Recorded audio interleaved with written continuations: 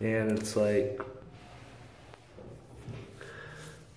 doing VR on the S6 is great. It's a great entry level, but I totally understand why when I was looking at the Daydream specs for the initial Daydream like dev kit, they had the Nexus 6P as the initial dev device because it was the first one they claimed was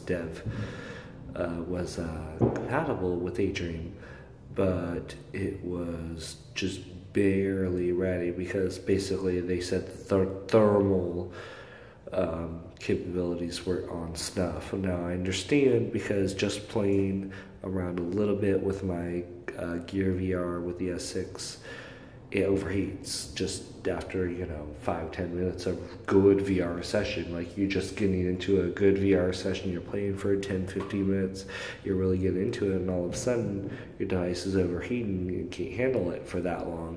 It's a lot of computations, there's a lot of stuff to go on, and that's exactly what Google was looking at when they created their Daydream platform. They wanted to make sure the devices that were Daydream compatible were not just high enough specs to run the things, but to run them at the level that you would want a Daydream a VR session to be, up to 20-30 minutes. If you're really going for gold, and if you want to be able to allow a consumer to pop their device into a headset and just play, without having to worry about things like it overheating, you have to do a couple different things. You have to devise the device to, not overheat.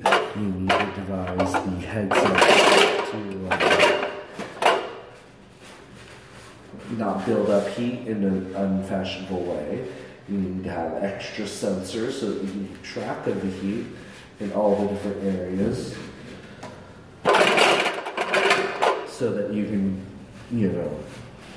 not have to make the user stop using the device after 5-10 minutes of actually enjoying it. Which is exactly what I've experienced. But then again, I'm in 2017 and I'm using the new Gear VR with one of the oldest compatible phones.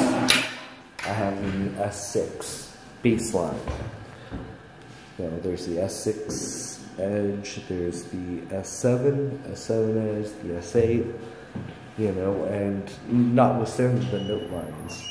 So, and I'm not sure if those devices are any more powerful, per se, or any better on cooling, but I am at least looking into, because the S6 has a glass back edge, and glass has very good cooling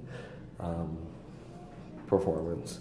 So if I could set up a active liquid cooling or some kind of passive cooling system right there on the glass edge, then maybe I can figure out something for extended VR periods, but we'll see.